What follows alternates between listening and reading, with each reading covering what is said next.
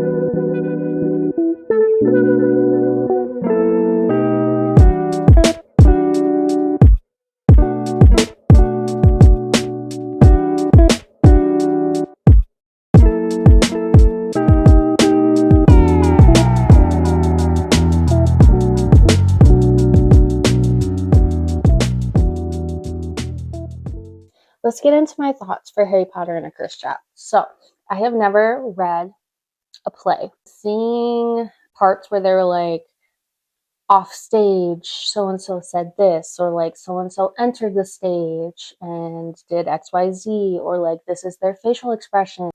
So that took some time to getting used to, but it read really quick. I read it, most of it on the plane. I got to like page like in like 150 or something, so I was almost halfway through the book by the time we got into New York. It picks up essentially right when Harry is taking his kids to go to Hogwarts. So this is not James, his firstborn son. So Harry has James, Albus, and Lily. Those are his kids with Ginny. So James is the oldest. He's already had a year or two under his belt at Hogwarts. Albus voices like, oh, he's nervous that, okay, what if he does get sorted into Slytherin, because Harry obviously has like this tie and relationship to Voldemort, based on like the prophecy and the curse and all of that stuff. And Harry's like, you know what? That is totally fine. You're still my son. I'm still gonna love you. That's not like a determining factor. And he said, well, your first name is Albus after one amazing wizard, Albus Dumbledore, and your middle name is Severus, which is a amazing wizard as well, who is super honorable and helped play double agent mole throughout like the whole Harry Potter franchise to essentially like protect Harry. And yes, he was in Slytherin, but he was an amazing wizard. We fast forward, they get on the train. Elvis is talking to Rose, which is one of Ron and Hermione's children. So Rose is basically saying like, Albus, we need to pick friends very wisely, and we'll have the whole student body to choose from because our parents are famous. So we have to pick wisely. We get the pick of the litter, essentially. Albus is like, okay, yeah, that's a lot of pressure. But they end up sitting in like the train car with Scorpius Malfoy. They don't know that Scorpius is a Malfoy when they get in the train car.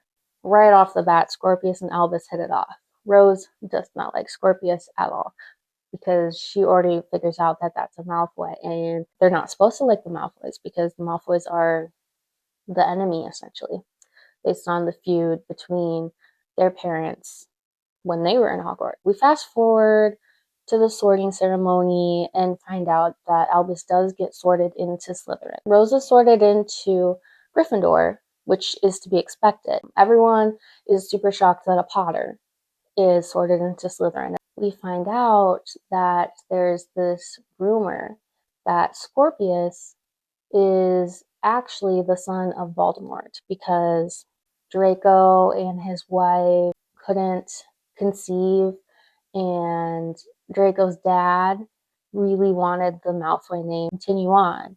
So they used like a time turner, traveled back in time. Somehow Voldemort bore this child. They're two outcasts, they're best friends. Albus decides to take Scorpius and go back in time and save Cedric Diggory. And the book goes from there. It's like 19 years after the Battle of Hogwarts. A lot of time has passed, but we find out a lot of things and there's a lot of connections. I really enjoyed it. I really did. I felt like I was back in that world. I can't believe I've never read this before because it is so good. It's like second generation of my favorite characters that I grew up with, and it was just a great time. I rated this 4 stars. I sat with it and I was like, you know what? I absolutely love the Harry Potter franchise. And I know that's controversial because of J.K. Rowling and her as an individual, but me looking at the writing and the franchise and the movies, and it's just such a big part of my childhood, and honestly, it just gives me so much joy. You can have your own feelings about an author and your own feelings about the written material, okay? And I have my own feelings about the written material, and that is what I'm sticking to. So we're going to go through all of the books that I bought in New York. We went to 2 bookstores. We went to the Ripped Bodice in Brooklyn and the 4-Story Barns in New York. Both very, very, very beautiful, amazing bookstores, and it was an experience to be had, and I absolutely cannot believe that I can say that I have been to both of them. So without further ado, we're going to go through the books that I bought and why I picked them. Starting off, we'll do the Ripped Bodice. I bought 2 books from there and then a print. So at the Ripped Bodice, you obviously saw the videos from when I was shopping, but it is so beautiful and it was so spacious. There was a lot more books in there than I thought there was going to be. And I thought it was just going to be like strictly romance, but they had fantasy, romance, historical fiction, fiction. So the first book that we got was Daddy Issues by Kate Goldbeck, just because it's like so aesthetically pleasing. And my friend Tiff bought it actually a couple months ago when we went book shopping. It just like kept popping up everywhere and it just looked so good. It's about a girl who moves back home. Next thing you know, there is this guy next door who has some kids and she somehow becomes their babysitter and it goes from there. So it is single dad because the guy has kids, obviously. That is a trope that I do enjoy. And then I bought Firebird by Juliet Cross. I bought this one mainly because it's pretty. This man jumping in front of her, transforming into like his dragon form and saving her, their souls became like intertwined. They're supposed to be not on the same side, but because their souls suddenly becoming entwined, I think they will be very much intertwined. Juliet Cross wrote a series. It's called Stay a Spell. I read the first book and maybe part of the second book. I keep trying to read it in like October because they're kind of like witchy vibes. It's a long series and I just haven't gotten into that. But my friend Debbie got me into that series, and that has like werewolves, witches, vampires. It's by the same author. So I was enjoying that series and I knew that I liked this author's writing, so I bought this book. I got these stickers, the Ripped Bodice, to put on my water bottle or maybe my laptop, or it will be going somewhere. I haven't decided yet, but it will be going somewhere. And then I bought 2 other ones for Diamond and Sarah as like a little gift. Got this free bookmark, the Ripped Bodice, a romantic bookstore. And then I also bought a shirt. I don't currently have it in my hands, but here's the picture of the shirt. And here's a picture of the print that I bought. It was really pretty. I'm going to frame it and put it on my bookshelf. So yeah, that is everything that I bought at the Ripped Bodice. If you ever find yourself in New York, definitely go out to Brooklyn and go shopping there because it is an experience in itself. Every time I go to stores that I see on social media, I feel like I'm in book heaven. So both of these stores were that to me. Next, we have the 4-story Barnes & Noble in New York. I bought this bag. It is indeed a illustration of the 4-story Barnes in Union Square. I'm going to get into that. I bought 3 books and a journal. I bought the journal because I thought maybe I'll finally stay committed to journaling this year. So the first book that I got from Barnes was The First Time I Saw Him. It is a sequel, a continuation of The Last Thing He Told Me. Cam actually bought me for Christmas 2 years ago.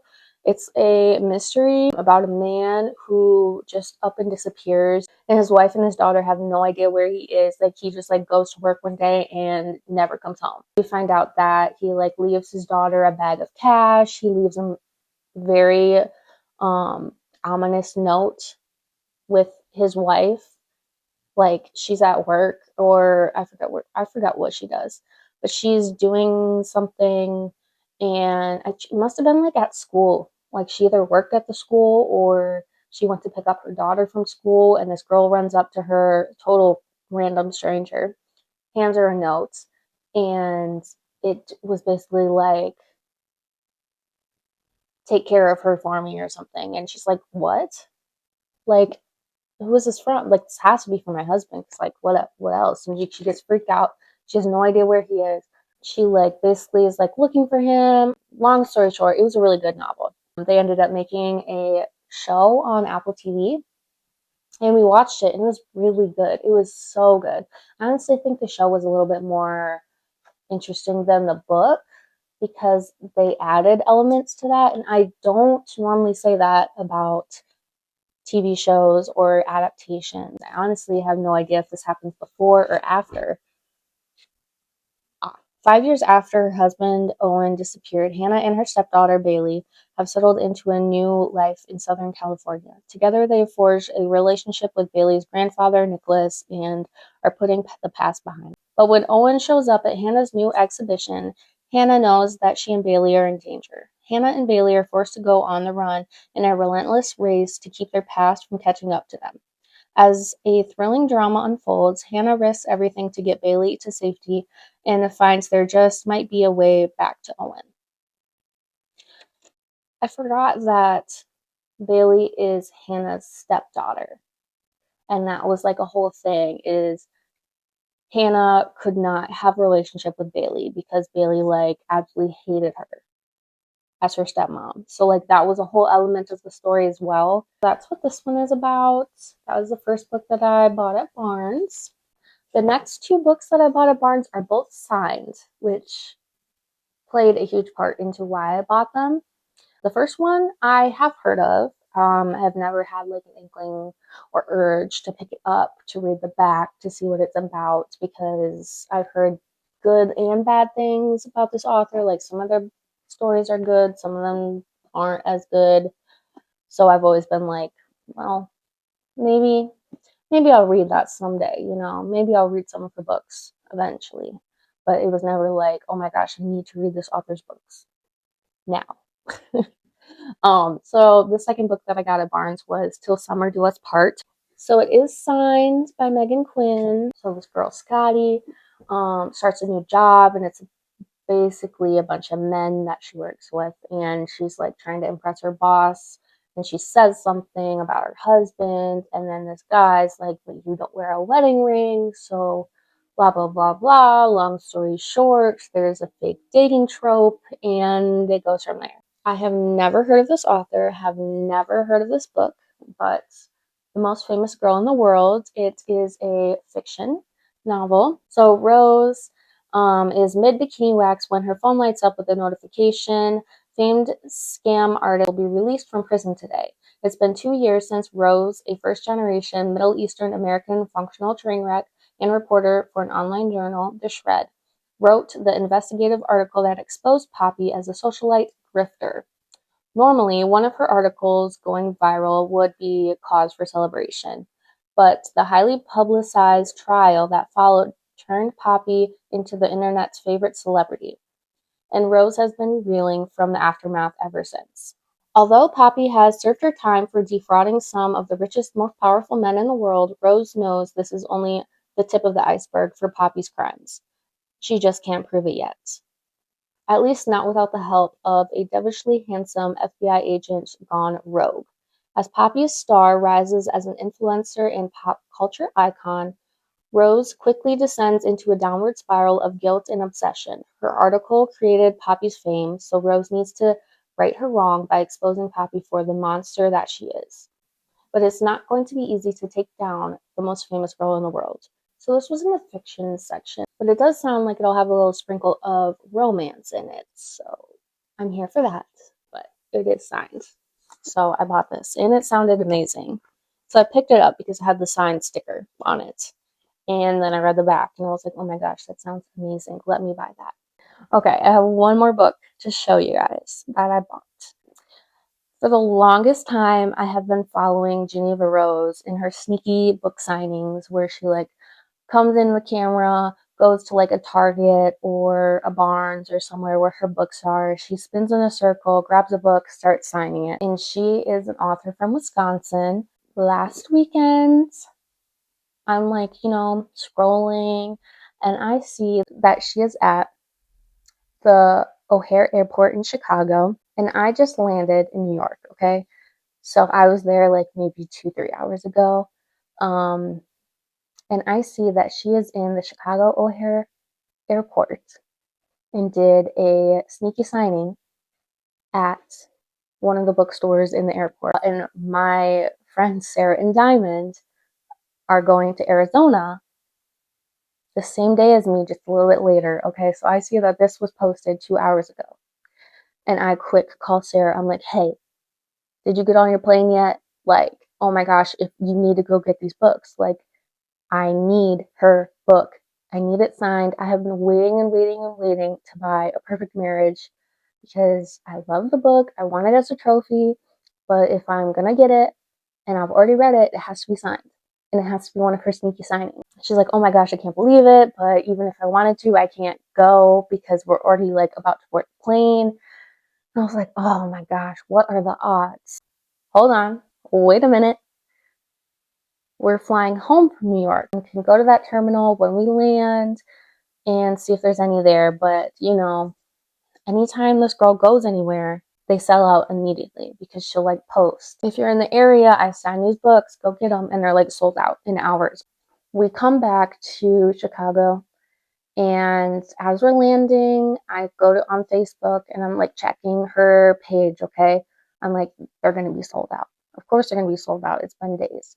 I find out that she flew back into Chicago an hour before we landed. And she went to a bookstore in a different terminal than she flew out of, and she signed her books. And I was like, okay, guys, we've got to go. We're going. It's only an hour, and I promise you, like, you have to have a boarding pass and everything. You have to have gone through TSA and everything to be able to get these books. So there's more of a chance that I could get these books because you have to already have been in the airport, and it's only been an hour. So I'm like, okay, Terminal 2, running.